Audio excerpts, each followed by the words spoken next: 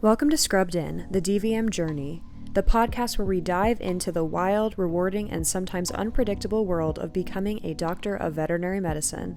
I'm your host, Grace Gaynor, a current second-year veterinary student at Virginia, Maryland College of Veterinary Medicine. Whether you're an aspiring vet, a vet student, or just passionate about animals, this is your backstage pass into becoming a DVM. From classroom to clinic, we're sharing the insights, tips, and real-life experiences to help you thrive on your journey to becoming a vet. So scrub in, and let's get started.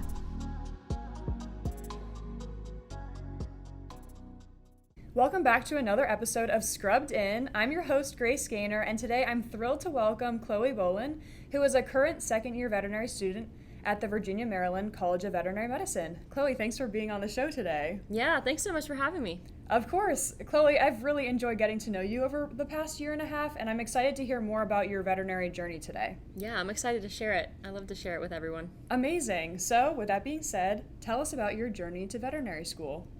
So I wouldn't say I really have the typical story of, when I was 5 years old, I knew I wanted to be a veterinarian. It was kind of not until I was around, I think 12 or 13, me and my family started fostering and working for a pit bull rescue back home. And I saw some of the conditions that these dogs were being found in and rescued, and I was astounded at some of the things that were happening to these dogs. And I really just felt inspired that, we have a vet that we take all the dogs to, and they offer, financial assistance and discounts and stuff for procedures that are usually really expensive and hard for rescues to afford. So that was kind of my encouragement to, I think, go to vet school and just be able to be that someone that can fix those issues and educate, the owners that, unfortunately, I think sometimes some of those dogs come from owners that just aren't educated, and it's not that they do anything on purpose. They just, they don't understand, so. Right, absolutely. Where'd you go to college? I went to West Virginia University for undergrad. Absolutely loved it. Loved Morgantown, loved the atmosphere, so it matched the family feeling that I have from my hometown, so that was really nice to go to. Were you pre-vet, or did they have animal science there? Yeah, I was animal nutritional sciences, and then I did a minor in equine studies as well. Oh, cool. Do you think that really prepared you for vet school? Was it a heavy course load? What was it like there? For sure. I think my first 2 years were a little heavier, a little scarier, because they were the big science classes, chemistry, biochem, microbio, which I didn't like any of. I didn't enjoy very much, but the courses were just a little heavier in content, a little bit more difficult with the exams. I feel like I was kind of considered pre-vet. I was in the pre-vet program, but it wasn't my major. I had great faculty members that were really good at just preparing me for what vet school was going to look like and just making my, application look well-rounded. So yeah, that's super cool. I feel like advisors are such a key part of the application process, and I wish I had better advisors in my undergrad. I'm sure that would have helped me. But did you go straight from undergrad to vet school? I did, yeah. And I thought about taking a year break, but then I was like, I don't know, if I take a year, I might not want to go back. I might get used to life outside of being a student and then not really be as encouraged to apply. So I went straight to vet school. Absolutely. I love that for you. And you're here now, so clearly you did all the right things to get you into veterinary school, so congratulations. Thank you. That. Switching gears a little bit, I know that you had a very serious accident while in college. Can you tell us about that experience and how that shaped your journey? Yeah, sure. So it was just kind of a regular Tuesday. I was on my way back from chemistry class, and we have what we call the PRT at West Virginia. Basically kind of like the Disney tram, except for a little trashier, a little smaller. And I was just riding on that, and I always like to sit in the front seat so I could look out the window. And I heard a girl on my cart kind of let out a little scream almost. I had no idea what was going on because I was on my phone, and next thing I know, we are hitting something rock hard, and I'm like, what in the world is happening? And I didn't lose consciousness, but it was kind of that moment from like a movie where it's like slow motion. And I remember just kind of like opening my eyes. I had no idea what was going on. And I remember a guy just like looking at me, and I'm still in contact with him because I was like, thank you. Like, that was so encouraging. And he was just kind of like, it's okay. Like, just take a deep breath. We were in an accident. It's all good. And basically I called my mom like while I was sitting there before the ambulance was even there, and I was like, Mom, I was in an accident, thinking we got rear-ended and I have whiplash, and my mom's not thinking I was in a terrible accident. Right. So the ambulance came. I had to ride in an ambulance. They had to cut out the front of the cart to get me out because I had pelvic fractures, so I could not stand or move. Wow. So they cut out the front of the cart, got me out of there, took me in an ambulance to the emergency room. And as a Grey's Anatomy and ER fan, I was like, oh my gosh, this is like being in a TV show. Yeah. Cutting my clothes off, putting things on my body, and I have a brace on. I can't see anything going on. So they did x-rays, and I ended up having 2 pelvic fractures, both on my left side, and my tailbone was also fractured. So the next morning I had emergency surgery. They placed an external fixator, and I had that for about a month and a half, actually. The end of March, I think, is when I got that out, and the accident was February 10th. Wow. So I had that for about a month and a half. I was in J.W. Ruby Memorial Hospital in Morgantown for a week, and then I was in inpatient rehab for 2 weeks. I couldn't put any weight at all on my left side, so my whole left leg had like no muscles in it. It was just a leg, just like hanging there almost. So I basically had to kind of learn how to live my life with this external fixator sticking out, and how to walk and how to get around and how to do all the normal daily things like showering, going to the bathroom. Shout out to my mom. She's a nurse, so it was kind of nice just to have her. She was my mom and my nurse during that whole time. So, yeah. Wow. I'm so inspired by your story. I've seen you post things about this incident, but this is the first time I actually heard that story. And what an incredible story, the fact that you had to deal with that, especially in undergrad. How did you balance that in school? Did you get behind in school and have to catch up? Because of my advisors, I had so much help. My one advisor actually visited me in my inpatient rehab facility 2 or 3 times, and just to meet with me. How are you doing? What can we do to help you? So I had to drop, I think, my biology and my chemistry classes because they have labs, and obviously those are mandatory. So there was really no way to do that online. But the advisors were able to basically create a class for me where I just had to write an essay, and it was like 2 or 3 credits. So I could keep everything else online. I had like a hoof anatomy class that I was in for equine, and he made it so I could take my quizzes online. And meanwhile, this is all going on during COVID as well. Wow. February was the month before everything shut down. So it was almost convenient for that to happen at that time because everybody had to go online anyway. So yeah, my advisors, of course, were definitely the best part about it because they just encouraged me to keep going, and so I did. Wow. Clearly you are so resilient. That I can't even imagine what you went through. I want to definitely speak to the fact that you had to overcome challenges like teaching yourself how to walk again.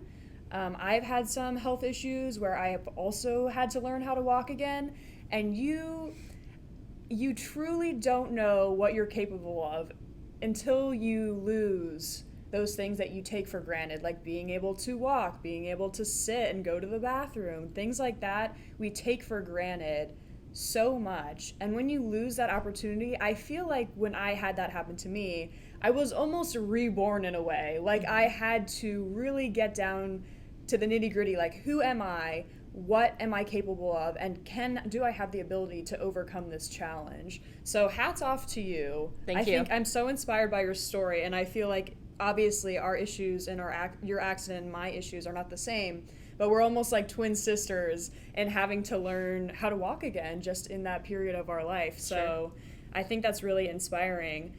Can you tell me, did you include anything about this accident in your application to veterinary school? Because clearly it's shaped your story, but did you feel comfortable including it, or did you not include it at all?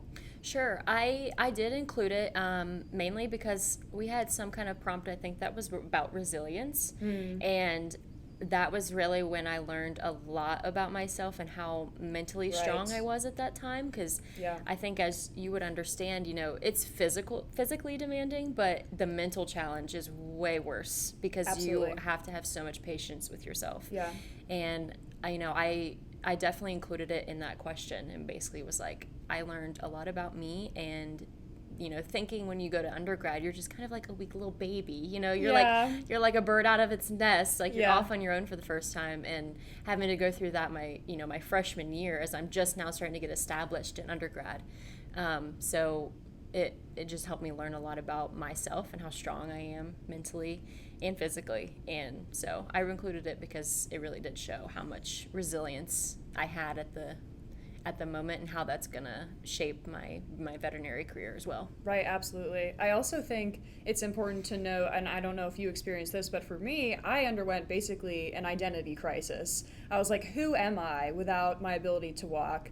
Who am I without being able to do something independently? Like, I needed help as well from my parents and my brother when I was going through those health issues. So I feel like it really, when you take all of those things that we take for granted away, you really have to face the fact, who am I, right?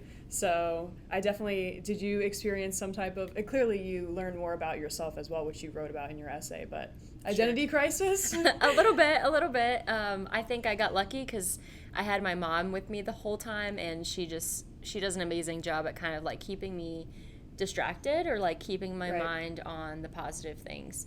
And I remember some nights where I would start thinking about the accident, and I would kind of get like the trauma response where I'd start to get anxious, and I'd be like, Mom, I just need to like tell you what happened. Like, just tell you the story just to get it off my chest.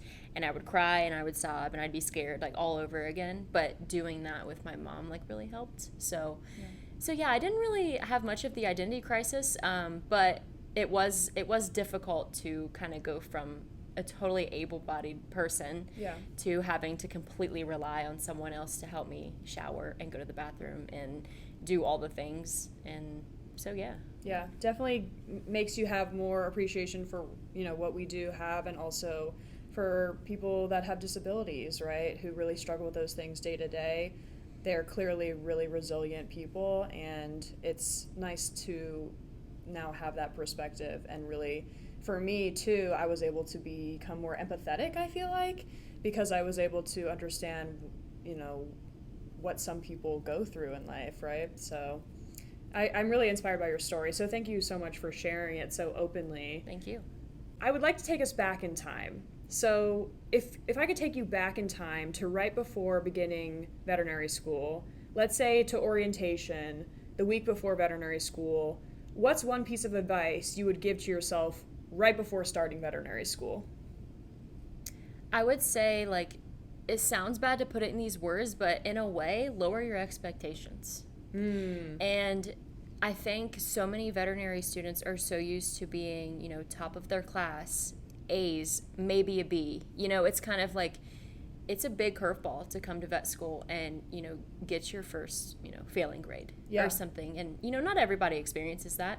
And I did, and it was a big turnaround from going from high school and undergrad to, like I said, being top of your class, to coming to vet school and not being top of your class, and having, your competition is, I don't like to say competition, but your classmates are all the same level as you now. There's not as big of a demographic, and is a big change. So I think I would go back and just tell myself to have grace and be patient with yourself, and just know that you're going to learn a little bit about yourself each exam you take, each lab you do, and just know that everything's going to work out, and you trust in God, He's got you. So yeah, absolutely. I love that you say lower your expectations, because I think initially hearing that, people might be taken aback and surprised by that, but I feel like that's so valid because we're on a different playing field now. We finally made it to veterinary school. Now the competition is over. There is competition in our class. There are still competitive people, and we still want to do well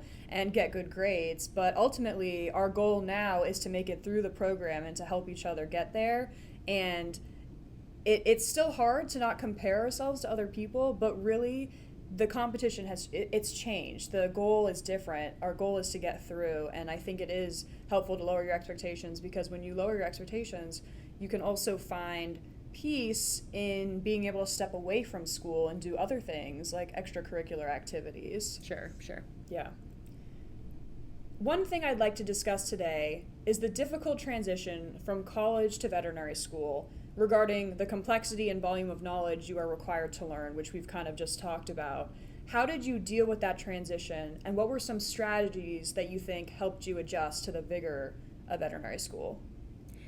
Honestly, I didn't really deal with the transition. I think it was more of a trial by fire kind of thing. So fair.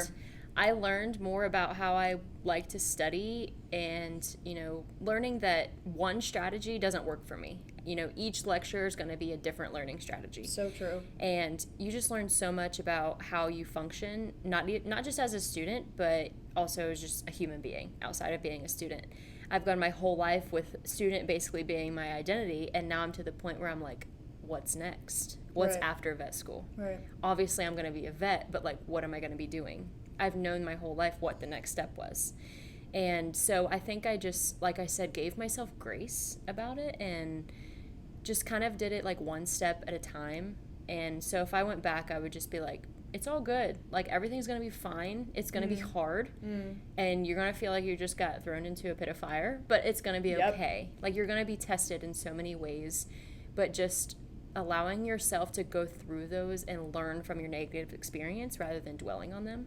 Yeah. And I think, if I would have done that first year, I think I would have had a lot more of a positive outlook on school versus a negative outlook. And that's really helped me going into my second year too. My second year has felt a lot more positive, and I felt a lot more happy because I'm like, okay, these are my expectations for myself.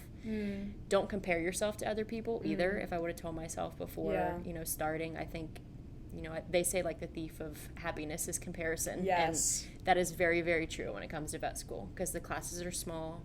Majority of the time, who the top performing people are. Oh, we do. And it's hard to go to labs and go to class and see those people being like, okay, well, they only studied for 2 hours. Why do I have to study for 10? Yes. And I think just not getting lost in the comparison as well. Girl, you're literally speaking my language. I still struggle with comparison, and my mom says that to me all the time. Shout out, Mom. The thief of joy is comparison. And it really is. Yeah. It really is. And I think it's something that we all, maybe not all of us, but some people, in our class still struggle with. Me specifically, I struggle with it every day. Sure. And it is hard because you look around and you will see people getting really good grades for maybe a half or quarter of the work that you're putting in. So having that realistic expectation, that's maybe not okay, I want to get an A on this exam. The expectation instead should be, I'm going to give this my best shot. I want to know the material well. I want to study hard while also living a balanced life, getting enough sleep, cooking healthy meals, doing what you love. But the expectation is that at the end of the day, I'm going to put in my best effort, and I'm going to let that be enough. So sure. That's something I'm working on. Sure. And not focusing on the numbers, too, I think so is true. very important, because some exams I go into, and I'm like, I know so much. If I had a dog walk in with this, I would know how to treat it. I would know how to diagnose it, and then it won't be questions on the exam. And then I'm like, I do bad on the exam because I felt like I knew so much, but it just wasn't the questions I was tested on. That's so true. The numbers will lie, too, because the reality is some people are excellent test takers, no matter what. Even if they don't understand the concept, they can narrow it down and pick the correct answer. I feel like I can usually narrow it down, but then it's 50-50 shot, and I usually pick the wrong answer. Sure. So it's just funny how that works. But I love that you mention that sometimes you will go into an exam and you'll feel really confident, and you'll understand those really important clinical aspects, but they won't show up on the exam. So I love that. Important perspective for any prospective students who are planning to come to veterinary school, because for sure. Don't be surprised when that happens. So you talked a little bit about veterinary school and your study strategies and advice you would give to yourself at the beginning of veterinary school. But what is something you do outside of veterinary school right now for fun? Sure. I'm a cat mom, so I have 4 cats. Love. Shout out, I got Remington, Goose, Alfie, and now I have Penelope.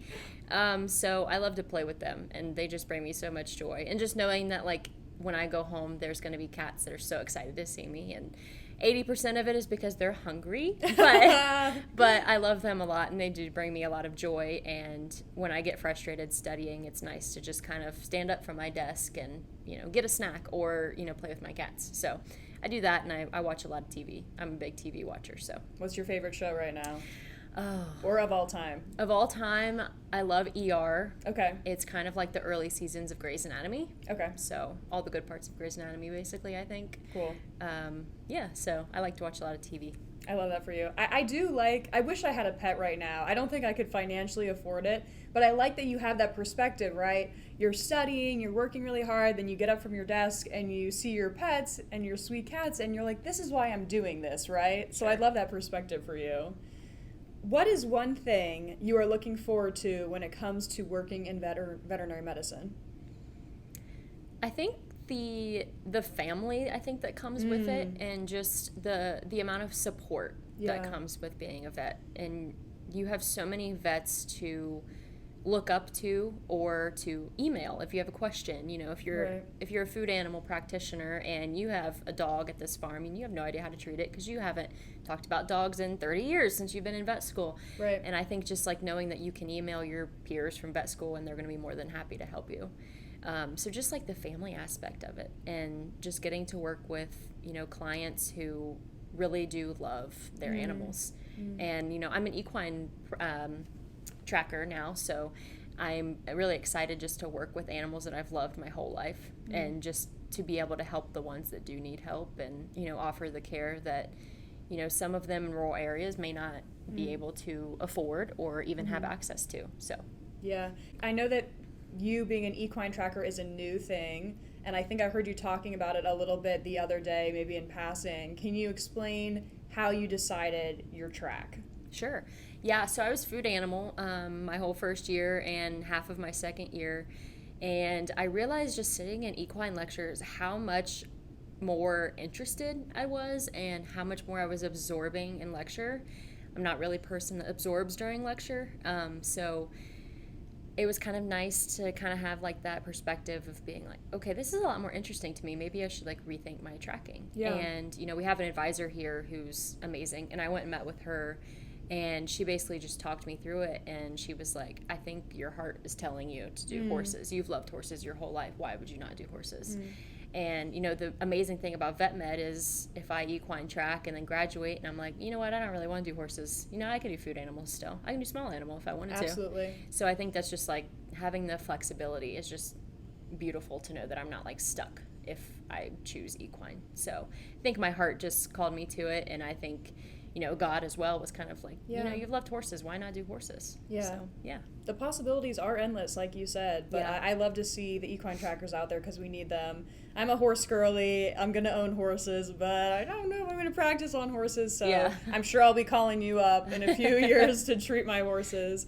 But Chloe, thank you so much for coming on the podcast today. Where can people find you on social media? So I'm really just on Instagram. I'm on Facebook too. I'm kind of an old lady. But yeah, Instagram, Chloe_Bolin is where you can find me. I have a TikTok, but I don't make any TikTok, so my TikTok's not very interesting. So fair. Well, thank you again so much for being on the podcast today, Chloe. I really enjoyed getting to know you a little bit better. My name is Grace Gaynor, and I just interviewed Chloe Bolin, and we are Scrubbing Out.